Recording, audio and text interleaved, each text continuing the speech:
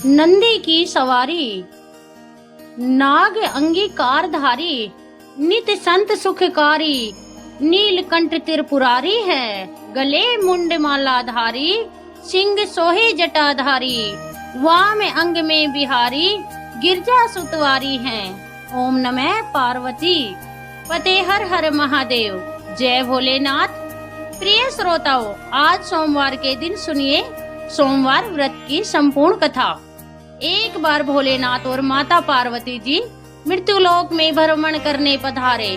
दोनों विदर्भ देश में अमरावती नाम की सुंदर नगरी में जा पहुँचे।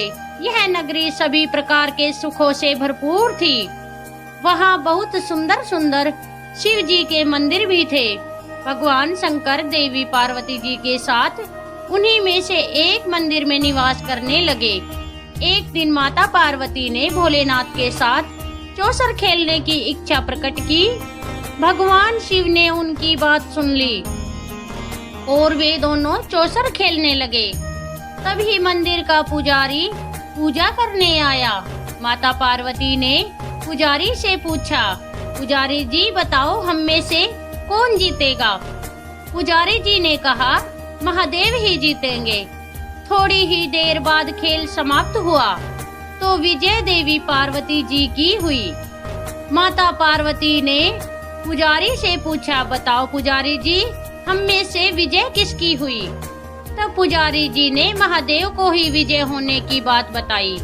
यह सुनकर देवी पार्वती जी को पुजारी जी पर क्रोध आया और उन्हें कोढ़ी होने का श्राप दे दिया। कोढ़ से ग्रस्त पुजारी बहुत दुखी रहने लगे। एक दिन देवलोक की अप्सरा भगवान शिव की पूजा करने के लिए उस शिव मंदिर में आई। पुजारी की कोढ़ की अवस्था देखकर दया भाव से पूछताछ करने लगी। तब पुजारी जी ने सारी बात अप्सरा को बता दी। उनमें से एक अप्सरा बोली, आप सभी व्रतों में श्रेष्ठ 16 सोमवार के व्रत करो, इससे शिव जी प्रसन्न होंगे और वे तुम्हारे कष्ट अवश्य दूर करेंगे। पुजारी जी ने इस बात की व्रत की विधि पूछी। तब अप्सराओं ने बताया, सोमवार के दिन व्रत रखो, स्वच्छ वस्त्र धारण करो, संध्या और उपासना के बाद आधा किलो गेहूं का आटा लेकर इसके 3 भाग करो। घी गुड़ दीप नवेद पुंगी फल बेलपत्र जनेऊ जोड़ा चंदन अक्षत्र और पुष्प आदि से प्रदोष काल में भगवान शंकर का पूजन करो। 3 भागों में से एक भाग शिव जी को अर्पण करो, बाकी 2 को शिव जी के प्रसाद के रूप में उपस्थित जन में बांट दो। खुद भी प्रसाद ग्रहण करो। इस तरह 16 सोमवार व्रत करो। 17वें सोमवार को पाव भर की पवित्र आटे की बाटी बनाओ, उसमें घी और गुड़ मिलाकर चूरमा बनाओ। शिव जी को भोग लगाकर उपस्थित भक्तों में बांट दो। इसके बाद परिवार सहित प्रसाद ग्रहण करो तो इससे सभी मनोरथ पूर्ण हो जाते हैं। ऐसी बात बताकर अप्सराएं चली गईं। पुजारी जी ने अप्सराओं की बात बताई विधि अनुसार 16 सोमवार के व्रत किए। इसके पुण्य प्रताप से भगवान शिव की कृपा और माता पार्वती की दया से पुजारी जी को मुक्ति हो गई और आनंद से रहने लगे। कुछ दिन बाद भगवान शिव और देवी पार्वती जी वापस उसी मंदिर में आए। देवी पार्वती जी ने पुजारी जी को निरोगी देखकर कारण पूछा तो पुजारी जी ने 16 सोमवार व्रत की महिमा बताई। माता जी पार्वती जी खुद भी 16 सोमवार व्रत रखने के लिए तैयार हो गई और इस व्रत को करने से उनके रूठे हुए पुत्र कार्तिकेय जी देवी पार्वती जी के आज्ञाकारी हो गए। कार्तिकेय जी ने जब माता से पूछा कि माता आपने ऐसा क्या किया जिससे मेरा हृदय परिवर्तन हो गया, तब देवी पार्वती ने 16 सोमवार की कथा उन्हें सुना दी। कार्तिकेय जी ने अपने विशेष मित्र से जो कहीं खो गया था उससे मिलने की कामना में 16 सोमवार के व्रत किए तो उनका खोया हुआ मित्र उन्हें जल्दी मिल गया। मित्र ने इस अकस्मात मिलन के कारण पूछा, तो कार्तिकेय जी ने उन्हें 16 सोमवार का व्रत करना बताया। मित्र ने व्रत की विधि विधान पूछा और स्वयं के विवाह की कामना से 16 सोमवार के व्रत धारण किए। इसके बाद कार्तिकेय जी का मित्र एक स्वयंवर सभा में गया तो वहां की राजकुमारी ने आकर्षित होकर उनके गले में वरमाला डाल दी और उसे अपना पति स्वीकार कर लिया। तब राजा ने बहुत सारा धन और सम्मान देकर उसको भेजा। अब वे दोनों सुख से रहने लगे। जब 16 सोमवार के व्रत का उसकी पत्नी को पता लगा तो उसने पुत्र प्राप्ति की कामना से 16 सोमवार के व्रत किए। इसके कुछ समय बाद एक अति सुंदर, सुशील और बुद्धिमान पुत्र प्राप्त हुआ। जब वह बड़ा हुआ तो उसने अपनी माँ से पूछा, 16 सोमवार के व्रत की गाथा सुनी। तब उसने भी राज्य अधिकार प्राप्त करने के लिए 16 सोमवार के व्रत शुरू कर दिए। एक राजा को अपनी कन्या के लिए सुयोग्य पुरुष की खोज थी। राजा ने अपनी कन्या का विवाह उस सुवर्ण संपन्न पुरुष से कर दिया। राजा के कोई पुत्र नहीं था तो उसने अपने दामाद की योग्यता देखकर उसे राजा बना दिया। राजा बनने के बाद भी वह 16 सोमवार के व्रत करता रहा। 17वां सोमवार आने पर उसने अपनी पत्नी से शिव जी की पूजा के लिए मंदिर चलने को कहा तो उसने दासियों से कहकर पूजा की सामग्री तो भिजवा दी, लेकिन खुद नहीं गई। अब इधर राजा ने शिव जी की पूजा समाप्त की तो आकाशवाणी हुई, हे राजा, अपनी रानी को राजमहल से निकाल दे, नहीं तो सर्वनाश हो जाएगा। राज दरबार में आकर सभासदों से विचार विमर्श किया और सर्वनाश के भय से रानी को राजमहल से निकाल दिया गया। अपने दुर्भाग्य को कोसती हुई रानी नगर से बाहर चली गई। दुखी मन से चलते हुए वह एक गांव में जा पहुंची। वहां पर एक बूढ़ी माई थी जो सूत बेचा करती थी। बूढ़ी माई ने दया करके रानी को अपने साथ सूत बेचने के लिए रख दिया।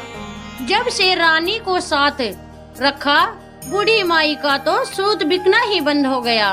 बूढ़ी माई ने रानी से कहा, वहां से जाने को कह दिया। अब रानी एक तेली के यहाँ काम करने मांगने गई। उसी समय तेली के मटके चटक गए, सारा तेल बह गया। तेली ने भी उसे वहां से भगा दिया। दुखी होकर रानी एक नदी के पास गई तो नदी का सारा पानी सूख गया। वह एक पेड़ के नीचे बैठी तो पेड़ के सारे पत्ते सूख कर गिर गए। आसपास के लोगों ने जब यह सब कुछ देखा तो उसे पकड़कर मंदिर के पुजारी गोसाई जी के पास ले गए। गोसाई जी देखते ही जान गए कि यह कोई विधि की मारी कुलीन स्त्री है। गोसाई जी ने रानी से कहा कि वह अपने आश्रम में उनकी पुत्री की तरह रह सकती है। अब रानी आश्रम में रहने लगी। रानी भोजन बनाती थी तो उसमें कीड़े पड़ जाते थे, पानी भरकर लाती तो वह गंदा हो जाता था। अब तो गोसाई जी ने एक दिन दुखी होकर उससे पूछा कि बेटी, तुम्हारी यह दशा कैसे हुई? यह किस देवता का कोप है? तब रानी ने शिव जी की पूजा में ना जाने वाली बात गोसाई जी को बताई। तो गोसाई जी बोले, पुत्री, तुम 16 सोमवार के व्रत करो, इससे तुम अपने सभी कष्टों से मुक्ति पा सकती हो। गोसाई जी की बात मानकर रानी ने 16 सोमवार के व्रत किए।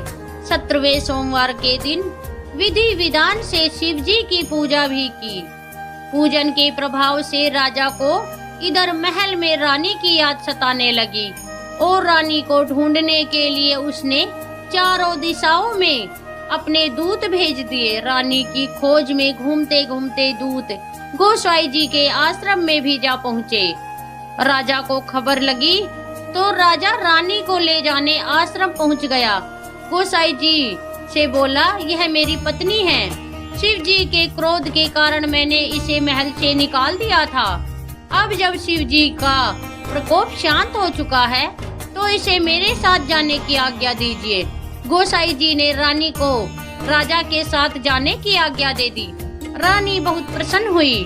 राजा और रानी के आने की खुशी में नगरवासियों ने खूब सजावट की।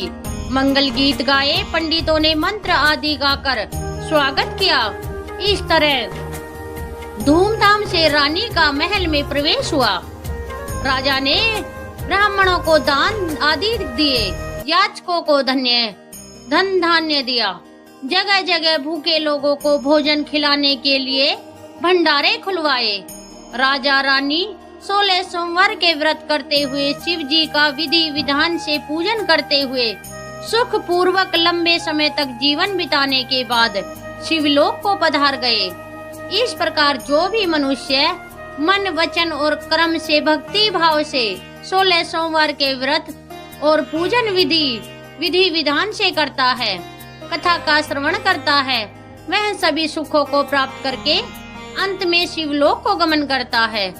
और यह व्रत सभी मनोरथ पूर्ण करने वाला है। एक बार किसी नगर में एक साहूकार था। उसके घर में धन की कोई कमी नहीं थी, लेकिन कोई संतान न होने के कारण वह बड़ा दुखी था। संतान प्राप्ति के लिए वह हर सोमवार को व्रत रखता था और पूरी श्रद्धा के साथ शिव मंदिर जाकर भगवान शिव और पार्वती की पूजा किया करता था।